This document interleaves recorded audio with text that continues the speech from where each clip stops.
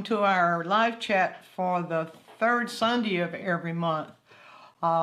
Today we're going to be discussing value contrast and how the way you handle value contrast determines the result of your painting, how your painting is expressed, and how your viewers are going to see your paintings. Before we get started, give everybody time to come in. Before we get started, I want to just remind you that the live chat itself is open to everybody. Whoever happens to log on gets to watch.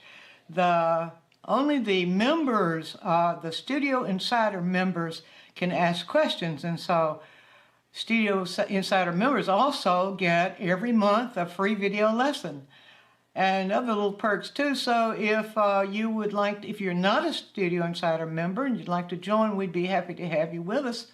All you got to do is hit that join button and answer the questions. And oh yeah, by the way, you pay $4.99 a month, but that's minimal considering that you get a free video every month and you get to ask questions, all that good stuff. So hello everybody, happy summer solstice, Ann, and hello Cheryl, Sharon, Laura, Krista, Christina, Joni, everybody else too. All members. All members. I get to say hello to members by name if I see them. So we're going to get going pretty soon. Going to follow the same format that we've been following now for some time, and that is we'll begin by showing you a short video about whatever our concept is. This time it's a short video about value contrast and maybe some surprising things for, I just did a workshop on value contrast. I see some of you, some of the ones who are in the live chat also attended the workshop. Anyway, yeah, so you should be way ahead of the game. I think you might be surprised at what's really involved in handling value contrast in your paintings. So we'll begin with the video. If you have questions, if questions come to mind while the video is playing, either go ahead and put them in the chat, or if that's going to distract your attention from the rest of the video, jot it down and then throw it as a question in the chat at the other end of the video. So, are you ready, Roger? Okay, so here comes the video. Contrast means a compared difference. We might have two values side by side that are considerably different from each other, or we might have two values side by side where there is a difference, though it's not a really, really strong difference, or we might have two values side by side that are different, but just slightly different. Being able to recognize those degrees of difference and how we can use them as we create our paintings is what this lesson is all about. Generally, we can communicate those degrees by grouping them as major, where there is really a strong difference between the values, and that is a continuum. It's not just one kind of difference, but there are several, or you might say a continuum of differences where they are stronger. And then the next difference we might call moderate, where the differences between the two values are discernible and relatively strong, but not as strong as what we would call major. And they can be within any range, dark to light, middle to dark, middle to light, any range. But when they are moderate, where they're not extreme differences between the two values, we can call them moderate. And then when there's a real close difference, they're different, they're not really different, there's just a little bit of difference between them in their value contrast, we can call them minor. Notice what your eye does here. This is from a painting by Thomas Moran. Notice how your eye goes here first, Or did your eye go there first? My bet is that you did. Now, there's really no strong value contrast in this piece as we're seeing it right now. You can see right here you have minor value contrast, barely an interval between this value and this value. And as you look all in this area, you see how close the value contrast is. The strongest value contrast is right in here. And it's really not very strong at all. It's more like a moderate value contrast. And yet, because this is the strongest value contrast, this is where our eye will go first. Now let's make a slight change and notice. Now pay attention to what your eye does when I do that. Now your eye jumps.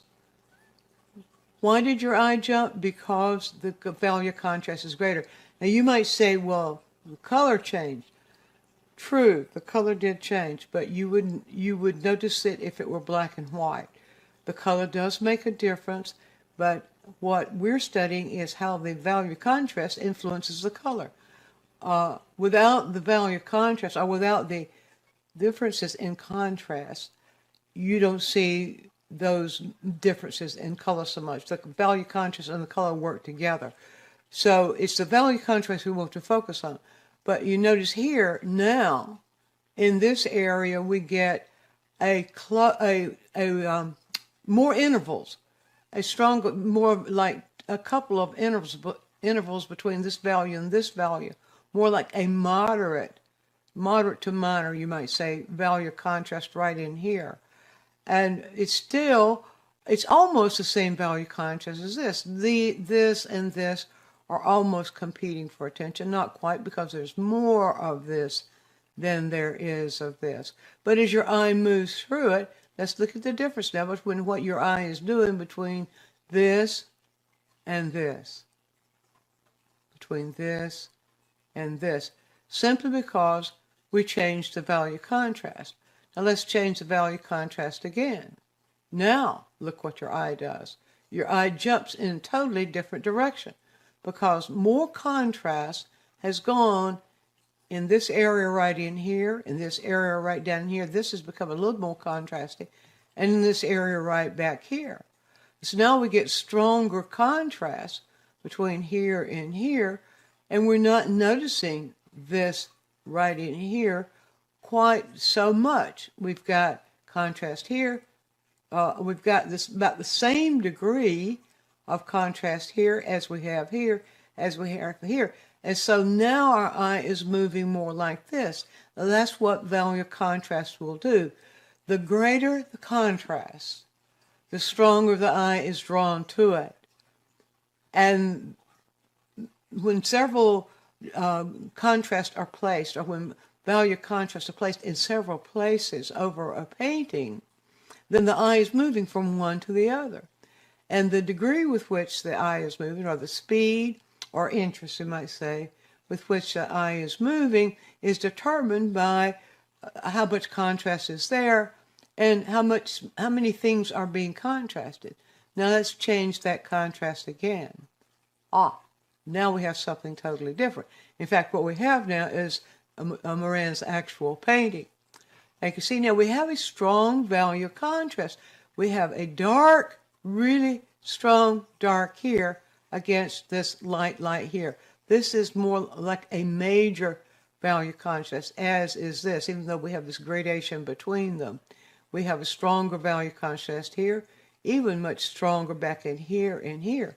Now the intervals, there are more intervals between this dark and this light than they are. Let's go back now and let's throw that back like this. You can see I changed the intervals by making this lighter.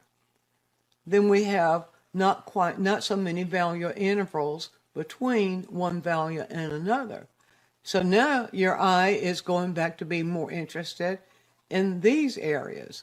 But then when I take that away and put that into its original form, the intervals change, your attention changes. So we have dark, dark here, light, light here, light, light here, light, light here, light. In other words, major value contrast between this area and this area.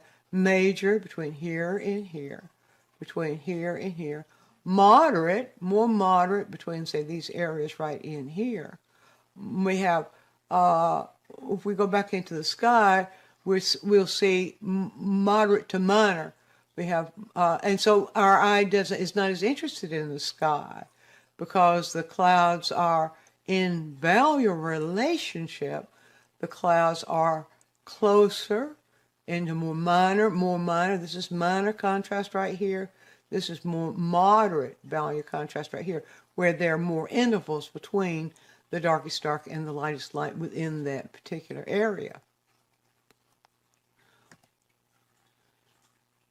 Now that we know what we're looking for, let's look once again. Let's obscure some areas again and let you watch. Notice the difference that the actual value contrast, the degree of contrast makes. If we obscure the boats, we take away the really strong, the darkest dark, we take away the darkest dark, and we miss them. If we hadn't seen them, we might be able to adjust, and then we would be more interested in the contrast, the stronger contrasts that are going on in these areas. But then we take away those areas, and it even becomes less interesting, and we take away those areas, and now we see our attention is going back right here. So you see what a difference it makes when you control the value contrast. You are the determiner as to where the eye goes, and to the degree the eye goes where it goes. We put the contrast, just a little bit of contrast back in, and we see that by having this strong contrast, we have a stronger piece. We might even be able to live with this interpretation, where we have a strong value contrast, the major contrast we have in here, and the more minor contrast in here, sort of suggesting fog moving in. We take the whole thing out, and it totally changes again. If we just put this much back in, just put the light back in, we have a different interpretation. So we could play around with that kind of thing all day long, but I think maybe we'll do better if we get right into the lesson. So now it's time for your questions. Okay, we're back. I'm back. Are you back? So I'm ready for your questions now. Roger, can you give me a screen so I can see the questions? There we go. All righty. We're 10 seconds behind you. Mm-hmm.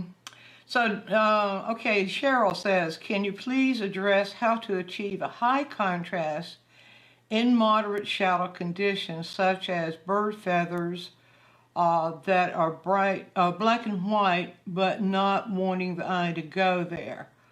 Yeah, okay. I wonder if I have an example. I don't have an example. So if you have a bird that's black and white, how the light is shining on that bird is going to determine how we see the contrast, how we see the value contrast in it.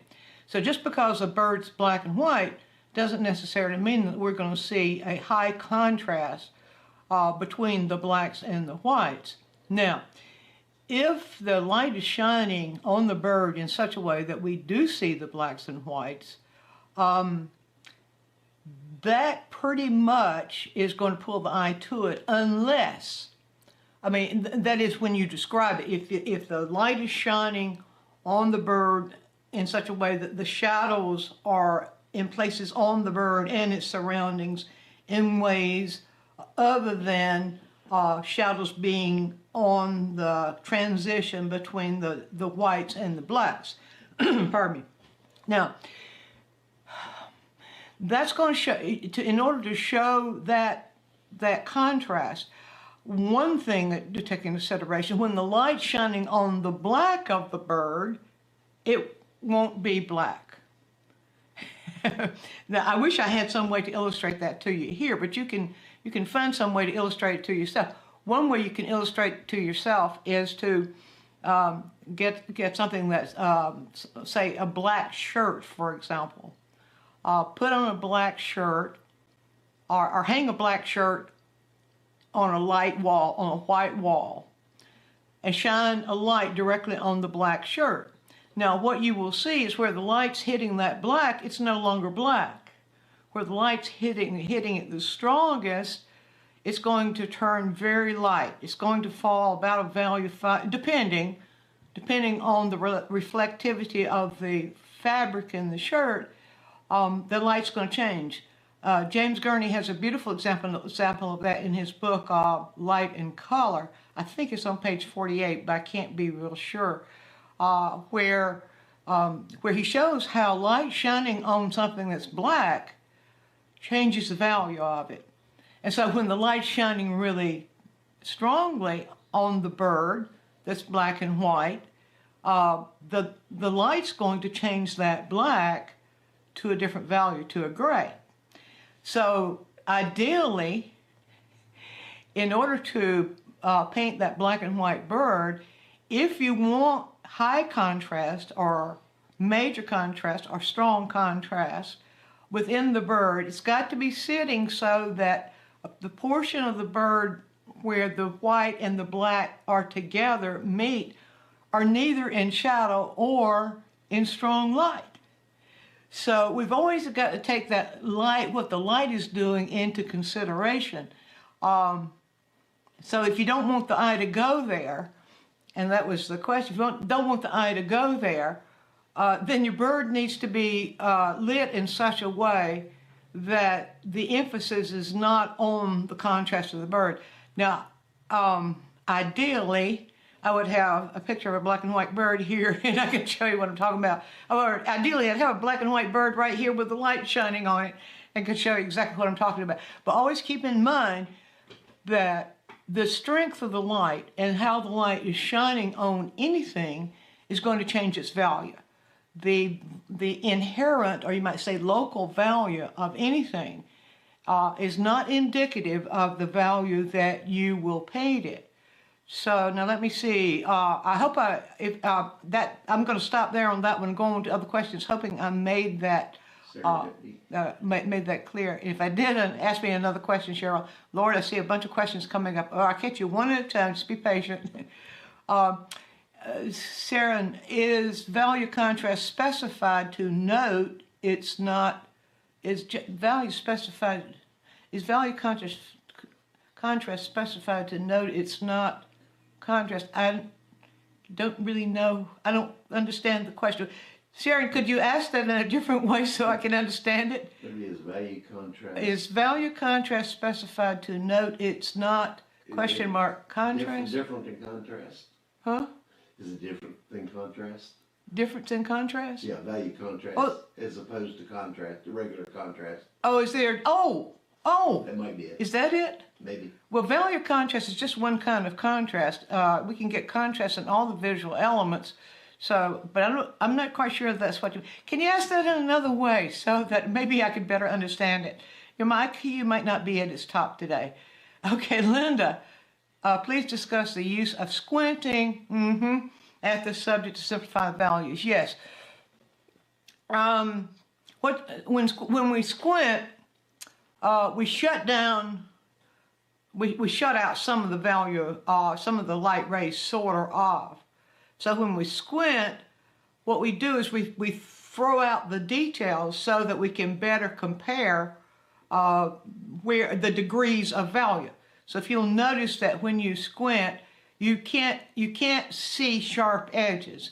So when you can't see sharp edges, you can see values a whole lot better because you don't have those sharp edges interfering. Now I said that in several different ways, but as I'm squinting right now and looking at the camera, there is something that's light behind the camera. There's a wall that's behind the camera that's white. It's in shadow. And so by squinting, I can see that value comparison. I can see that the camera that I'm looking into itself, because of the way the light, I'm seeing the light, and because of everything being in shadow, I can see that, well, by squinting at it, I can compare it really, really easily, that is a moderate value contrast, that I'm seeing that white wall fall into about a value 5 on the value scale, on like this value scale right here. It's about what I'm looking at on that wall. It's about right here. I can see that when I squint, and I can see that the camera value is about right here, about a value 8 or 9. So I can see that. So squinting enables all the details to go away so that you can do value comparison. Hope I was okay on that one. Linda again. Schmid says, over modeling and running out of values can be avoided by substituting color changes for value changes when possible. How do you know when it's possible? Over modeling and running out of values. Well, I think maybe you don't really run out of values. I think what he's really emphasizing there is keeping variation. So I would say I wouldn't worry about running out of values, but I would look at the value comparisons of what you're working with. So if the area you're looking at is a large area, say a field or even a wall, or you can think of a number of things where there's a large area that appears to be single value. What you can do there is to alternate warm and cool for your variation. Or you can alternate, not only alternate warm and cool, but you could, if you're looking at the color wheel, you can, it will be sort of the same thing. So if you're color wheel, if you're working, say, in a red orange, for example, then you can move it a little bit redder in some places and a little bit more orange or a little more yellow in some places. In other words, you have, when you're painting, you have value and you have hue and you have intensity or saturation or chroma, those 3 words that you're working with. So if you're in one area, say if you're in one kind of value, one area of value, you can alternate or vary the saturation, the temperature. Temperature is referring to hue, or the hue itself. So I wouldn't worry so much about running. I think maybe if I need to get into Schmid and see what context he's saying that, but that's the best answer I can give right now, Linda. She had a follow-up question. Follow-up question? I think he may have explained it already. Okay, please discuss conservation of values versus over-modeling. Oh, okay. To keep the strong design followed by the using color temperature to show the change before we're using the value change. Well, okay. Over-modeling simply means that you are overworking. Overworking meaning that you're more intent on showing the thing as it is rather than aware of how the values are working. And so conservation of values, how can you say that? In my mind, conservation of values means that you don't try to put every little value in that you see. For example, if you're looking at something that's got a whole bunch of textures in it, or with something it would begin to make it kind of junky if you put in everything you see. The best thing to do is to squint it and average those values out and then select the ones you want to emphasize. You don't need to say what you used to say, don't say the whole thing completely. And also you've heard less is more. And what that means is that you don't try to put every little thing in that you see, but that you pull back and you use just enough of what you see, we would say value-wise, you would use just enough, you would generalize a lot of the values that are very, very close, and then emphasize those that are most important. I hope I wasn't too fuzzy on that, but maybe the color temperature. Well, color temperature is something that lives within the value areas. So you always have that option in color temperature, no matter what the value is, you always have that option to vary the color temperature, alternate color temperature, which is a really good thing to do to keep a richness in your colors. And so I wouldn't worry too much, just as long as you're sure that when you change the temperature, you don't also change the value. That can happen easily, because usually when we change the temperature, we're going to reach for, well, if we're changing from a warm to a cool, we might reach for a darker color. Well, that needs to be value corrected to the value you're working with before you reach into it, else you'll change the value. So I guess my warning there is just be careful when you're changing temperature, that you're working with temperature, that you don't change the value when you change the temperature.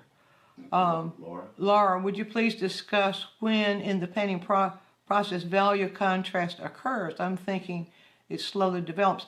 Laura, it occurs from the very beginning. Now, when we're speaking of, I was trying to point out to you in the introduction video that we have all those degrees of contrast that we're working in, and they are caused primarily by how the light is, what kind of light you have, and how that light is, how those light rays are hitting the subject, where the light is located, time of day, all those kinds of things.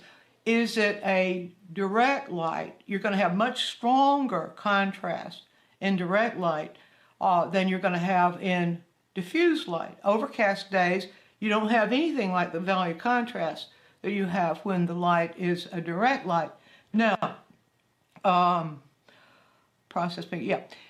the very, very beginning, you take value contrast in consideration. The first contrast you take in consideration is that overall field of shadow with the overall field of light. Because within the overall field of shadow, that's where your major dark structure is going to be in the painting. In the overall field of light, you may have some darks, but the major structure of the darks are going to be in those areas that are in shadow. Now, there can be areas in shadow that are overlapping areas in light. So I would say from the very beginning, it's a good idea to be aware of the value contrast that's there and control the contrast as you go.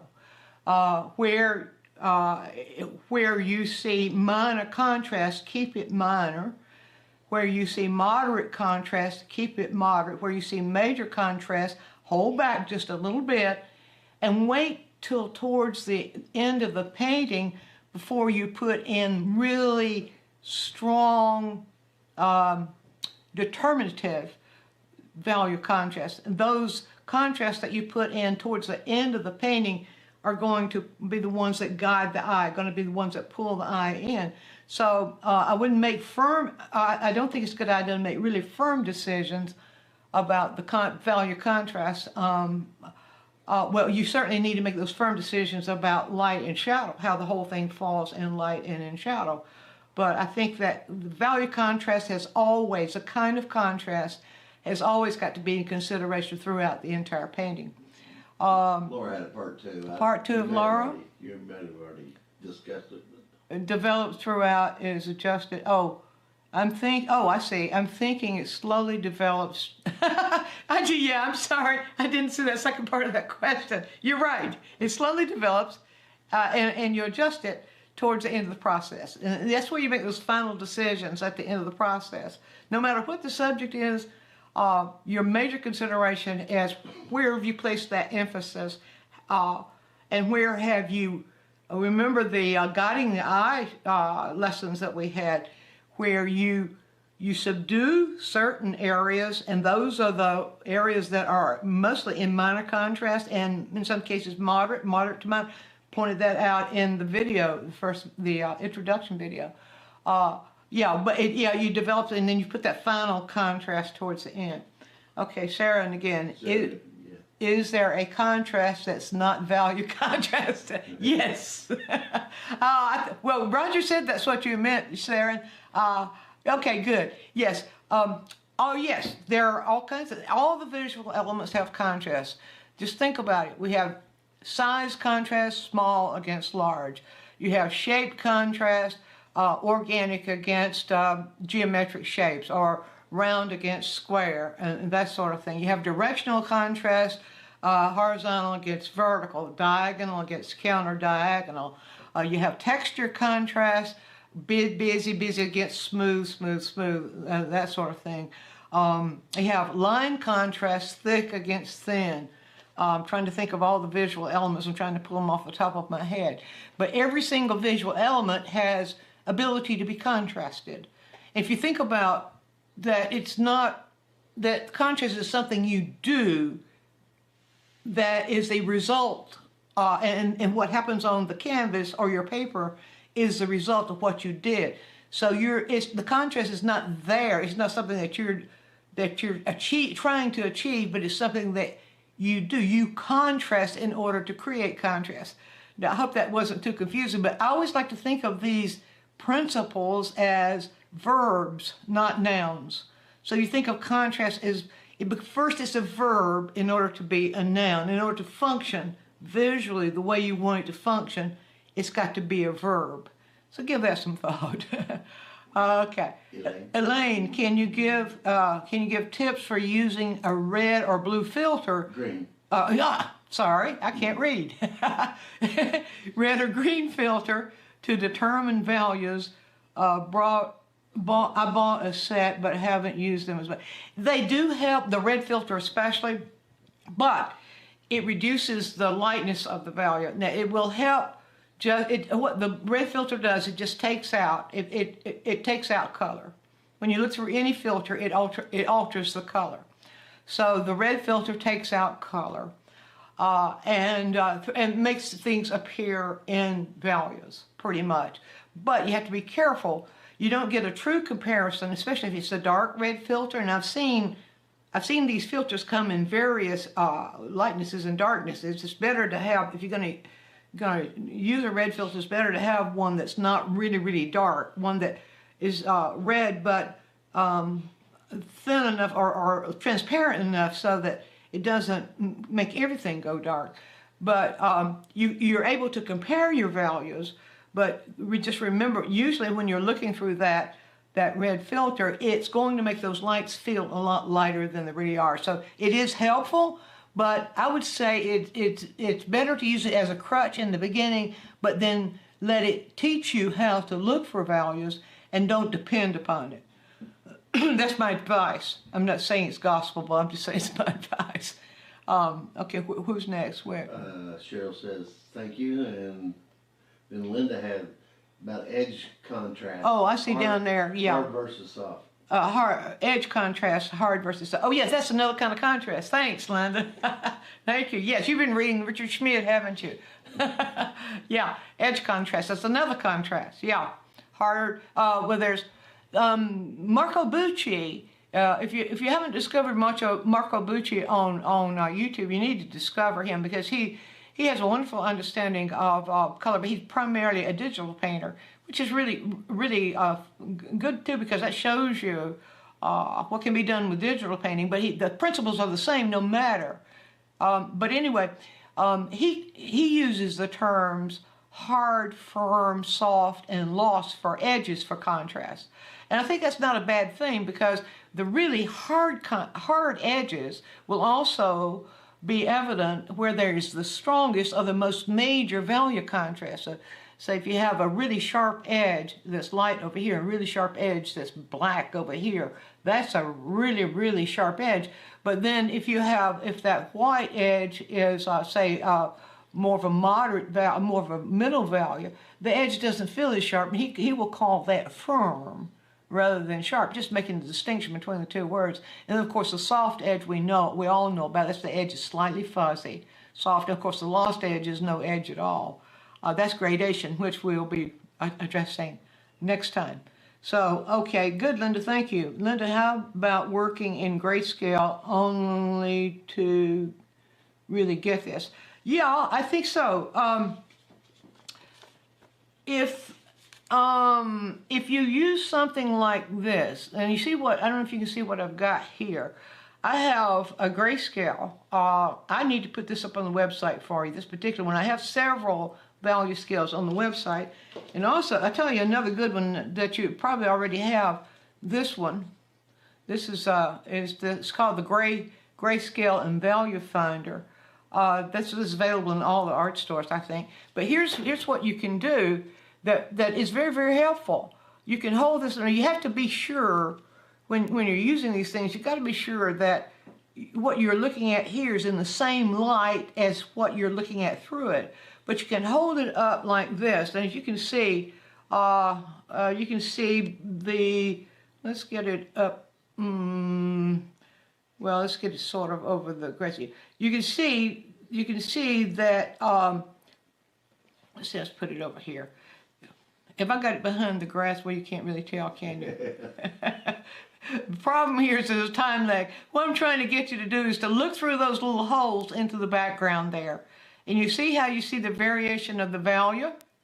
You see, now if I pull the scale over, pull the scale over, you can see through the scale, you can see the comparisons through the scale of the images you see behind you. So you can see, if I can pull it over far enough, it's difficult for me to tell here. And you can do this. You can use something like this to hold in front of you, where you can adjust the scale by moving it around and finding the various values you're looking at and determining by what's on the scale which value range those values are in. So you can get it closer to the fox right in here, and you can see there as I move that up and down. You can see, and if I turn it upside down, move it up and down, you can see the comparison there between the fox and my head. But anyway, that one is very, very helpful, very, very helpful, and will help you to learn to register. It helps you to learn to register values as you see them, and then you eventually be able to put this thing down, and you'll be able to look at a value and instantly be able to register it. There's something I need to say here, need to explain here, and that is when the value scales and their numbering. I've explained this in a number of times in a number of different places, but the way the value scales are numbered can be confusing. And I won't go into why. There's a long explanation as to why. But originally, when the value scales came out, value 1 right over here, value 1, the lightest value was value 1, the darkest value was value 10. Now that is how I learned to associate numbers with values. Then later on, they switched that around. Even these scales, when they first came out, were numbered that way. And then the next batch of scales I got some time ago, maybe 10 years or so, maybe a little bit more, maybe more like 15 years ago. Anyway, all of a sudden I noticed those numbers were switched. And the black was now called number 1, and the white was called number 10. Now, I won't go into why. I do know why, but you can look that up. And so if I'm talking, I can't switch my thinking. I've been thinking of black in terms of 10 associated with the numbers. I've been thinking that way all my life, and I can't make that switch. And so you just have to get used to that in the way I might call a number that's on the value scale. If you're accustomed to thinking as white as 10, then I'm sorry, that's just what these people do to us, these people who are out there determining how things should be. So I just wanted to throw that out as far as the scale is concerned. Okay, what was next? How about working the grayscale? Oh, is there nothing else that's come up? Have I lost folks? No, that's it. Is that the end of it? Is everybody still with us? Yeah. Concerning the value scale, back to this value finder again. One thing that you might study, which is a lot of fun to study. Remember, early in the beginning, I was talking about how the way light shines on something is going to determine its value, no matter what its internal value is. Like a black shirt, I keep going back to that, or anything's black. you shine the light on it, it changes its value. One good way to study that is to look through these holes on this particular one of things that are not in shadow, in those areas where there are light rays in some way hitting them, whether they're diffused light rays or whether they are direct light rays. And then you begin to feel this more as the light side of the value scale and this more as the shadow side of the value scale. So I think it's a good idea to associate light and shadow. So have you run out of questions? I don't see any more questions coming in. Are they still with us? 112 are. Okay. That's great. One way that, one thing I would like to, let's see, here comes one. Linda says, I see some painters make a pile of gray in the value they want first and then add color. Comment. Well, okay. I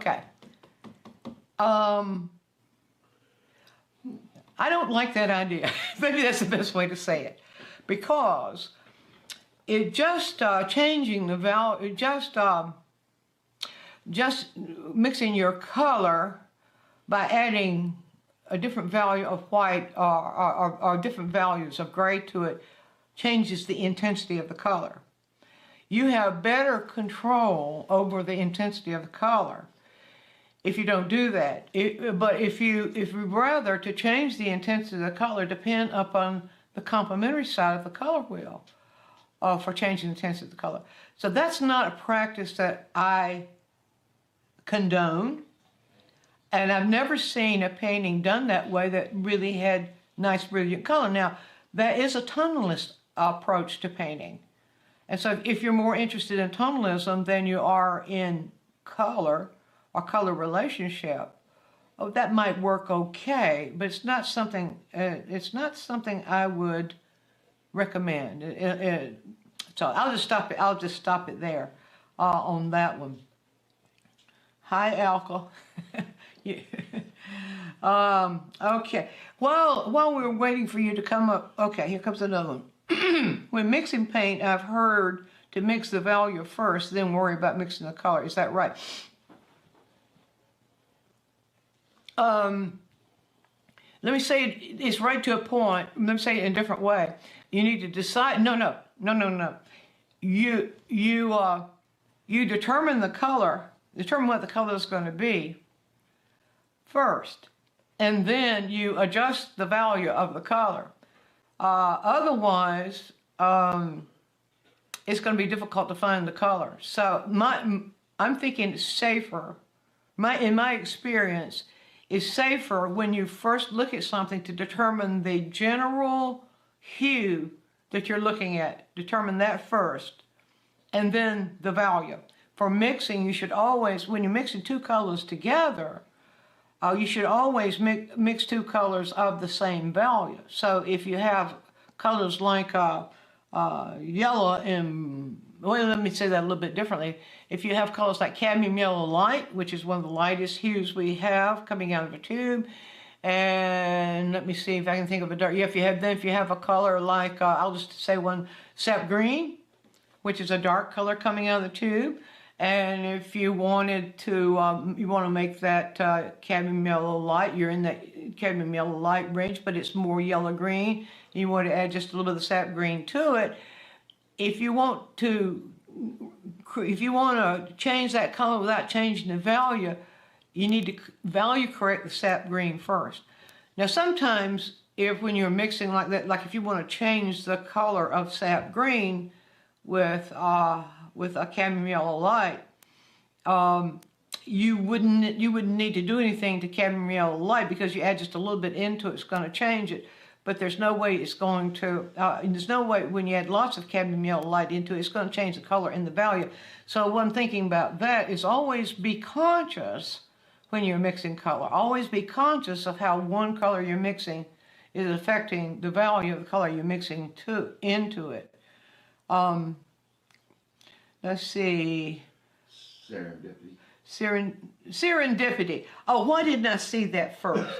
I thought that was two names and the person's first name was Seren. Serendipity. That's clever. All right. Does darker value, do darker values always appear to recede from lighter, oh, here we go, lighter values, presuming all else remains constant? I always hesitate to say always to anything. I would say in space, that might not be right. Because if I'm looking at, if I'm looking out at a scene vista, and I have mountains, we have a lot of those around here. If I have mountains going into the distance, they are gradually getting lighter as they're going into the distance. But if I'm standing right next to a tree trunk is, if I'm standing in the shade under a tree trunk, and I'm looking out at the mountains, huh? Under a tree trunk? No, under a tree. Beside a tree. Thank you, Roger. Yeah. If I'm standing in the shade beside a tree trunk, in front, looking out at a vista of mountains, those mountains are receding and they're getting lighter as they're going in the distance, and that tree trunk is dark. Now, what do you think about that? Does that tree trunk feel like it's receding into distance? So, I know that folks will say that. Darker values always appear to recede in the distance than lighter values. I know folks will say that, but it ain't always so. So I would say, depend upon your observation for that. Bill, I recently viewed a YouTube video by James Gurney, one of my favorite people, where he creates one or two neutrals for several tube colors. One or two neutrals for several tube colors. Comments. What was he doing there? One of two neutrals for... One or two. For several tube colors. I guess maybe you're talking about, referring back to that earlier comment about mixing neutrals in order to, mixing neutrals to reach into the neutrals. But what he's doing there is he's neutralizing, I think I understand what you're saying there, where he'll have the neutrals and he's using the neutrals to neutralize a highly saturated hue, which is okay. I mean, that's not... Probably get them all to the same value. Yeah. That's a little different from the way I understood the other question to be asked. Let me explain something like this. A neutral is all colors. And the more neutral a color is, of course we know the more gray it is, that we know that when a color gets totally neutralized, it has no hue in it anymore. I'm talking about color now, not value contrast, but that's the question, so I'll answer it. In essence then, when you have neutralized a color, you have all colors going for you. Any gray, any neutral, and scientifically is a combination of all hues. And so it works very, very well if you have a highly saturated hue to neutralize it with a gray that you have mixed. There are exceptions. Didn't I do something on that somewhere? Do I have a quick tip about that, or did I do one of the weekend newsletter tips? I did something with that recently. That there are some colors though that are richer when to be neutralized, or richer when they're neutralized by their complement. And we can see also that in the very, very dark values, we don't notice the loss of hue so much when we neutralize with grays. So yes, watch James Gurney. He knows what he's doing. So the only place I have an argument about James is I can't agree with his color wheel, but that's okay. That's okay. James is one of my favorite artists, one of my favorite people. I don't know, I kind of stumble over that one, Bill. Forgive me if I stumble too much, but that's just the way it is. Serendipity, thank you so much. Apologies for newbiness. There's no making any apologies for newbiness. Welcome to the world of newbiness. Everybody's a newbie in some way. Okay, Jenny, how many value intervals do we need to create form? Like painting an apple. Well, okay, then we get into value intervals versus value gradations. Now, gradations, you see in forms like apples, round forms, you're going to see the transition, gradual transition of dark to light, light to dark, dark to light, that move with the form of the round thing you're looking at. There will, if there are, depending on where the light is, depending on where the light source is located, you might have a slight gap between the light side of that and the dark side of that, and that little transition is called a terminator. But there is no limit, or there's no set number of values that you need in order to show, in order to create form. What creates form, one thing that creates form is the gradation of value that creates what we mean form. If you mean form, I assume that you're meaning roundness, rounded shapes and so on. So it's the gradation of the form, the gradation of values that create the form means the gradual change from one value to another. So there's no number there. Use your observation. Depending, once again, it depends upon what kind of light it's in. If it's in a strong light, you're going to have a wider range of values. If it's in a diffuse light, you'll have not quite so wide range of values. So I would say that, again, you have to depend upon your observation. I think the radius of the form, too, would... The radius of the form, yeah. If it was sharp or gradual. Yeah, yeah, depending on the shape of the form, the radius, all those kinds of things. Okay, maybe there is no answer to that one, Jenny. You have to use your observation. There is no, how many intervals. And maybe, I did say that, didn't I? You don't really see the change of the intervals. It's one interval merging, it's the lost edge thing. It's one interval merging into the other, one interval gradually changing to the next interval, gradually changing to the next interval. It's kind of like, hey, I like this comparison. You know, I always like to compare painting with music.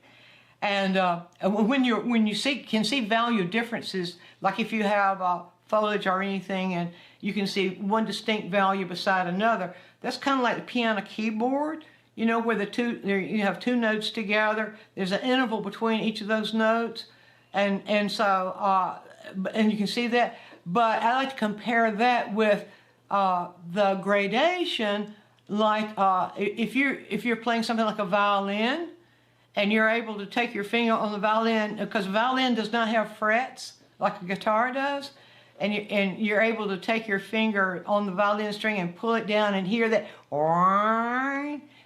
you don't hear the intervals change like you do in a piano. When you have two notes that you're going from one note to another, you can hear the intervals change. It's the same thing, gradation versus contrast. Okay, that's enough of that. Yes, Bill says yes. Okay. The questions. I want to show you while we're waiting. Time's going to be up very, very shortly. Well, we've got about 4 minutes left. 4 minutes left here. Yeah. Okay. So get your questions ready. Again, if you got more questions, get them in, because I'm signing off in 4 minutes. I want to show you one little thing. I've got Richard Schmidt's book here. Everybody, you should know by now, most of you should know by now that I have a high regard for Richard Schmidt's work as an artist. That I think in our generation, he is the artist that's going to be remembered as the greatest artist in that generation. it will not, the story won't be told for several, probably a couple more generations now. But that's how I feel about Richard Schmidt's work as him as an artist. But in his book, and I have it here, and I'm going to try to show you what I'm talking about. I want to show you just one example, or maybe I can show you a comparison of how he uses the value contrast, the degree of value contrast, to guide your eye through the work in maybe a surprising way. So what I'm going to do is this is a big heavy book, and it's almost bigger than I am, but I'm just going to kind of hold it up here and try to get in front of the camera and show you. Let's see if I can do that without a glare. See if I can kind of show you what you can look. Now I want you to look at this big strong value contrast right over here. And now, does that not defy what your teachers have told you? See-through. Let me move my fingers out of the way here. Move it away. Move it away. Move it away. Maybe. Okay, that's better. Is that better? Can you see? Can you see now? Can you see what I've got there? Watch what he does there. He's got that really strong value contrast right over here.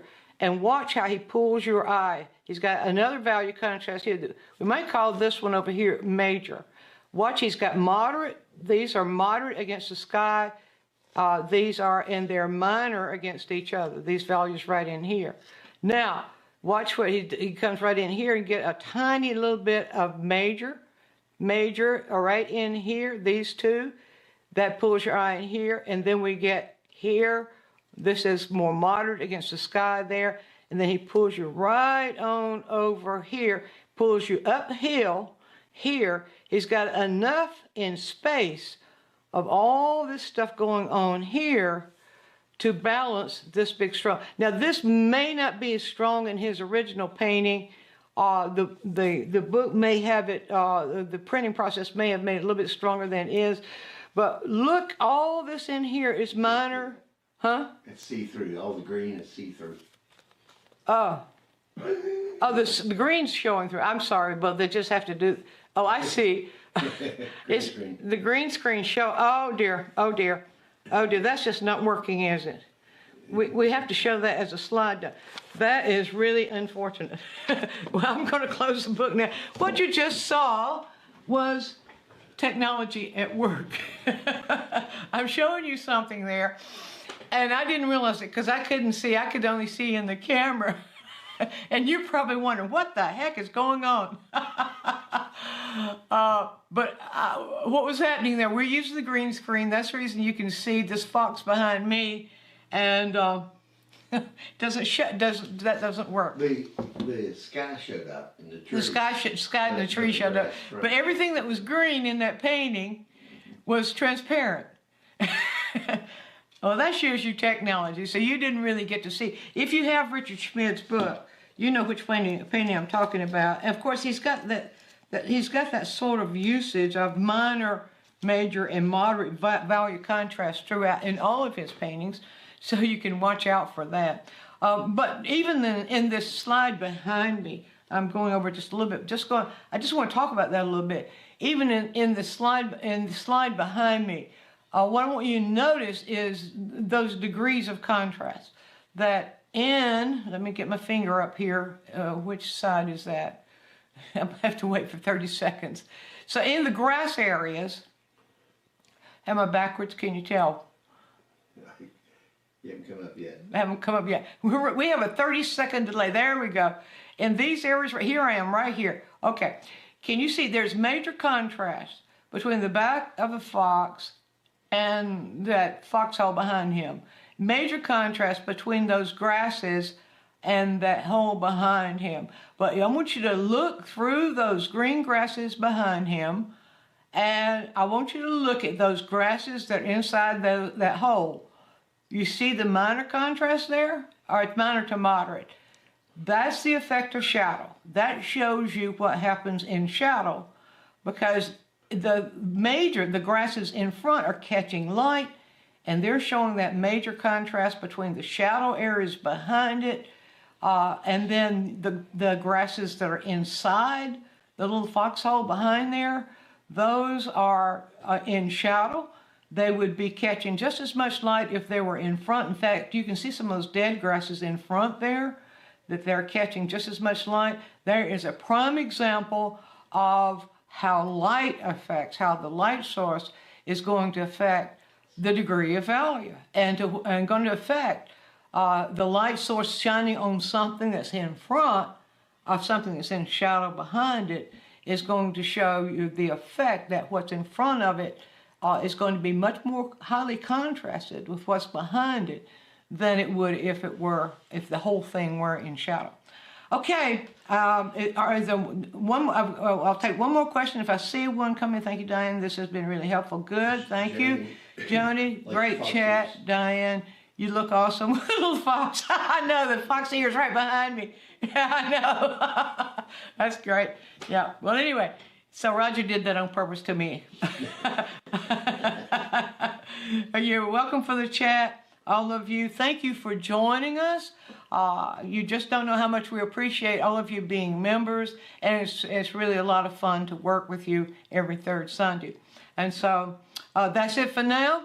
Go out into the world and paint wonderful value contrasts. So bye-bye for now.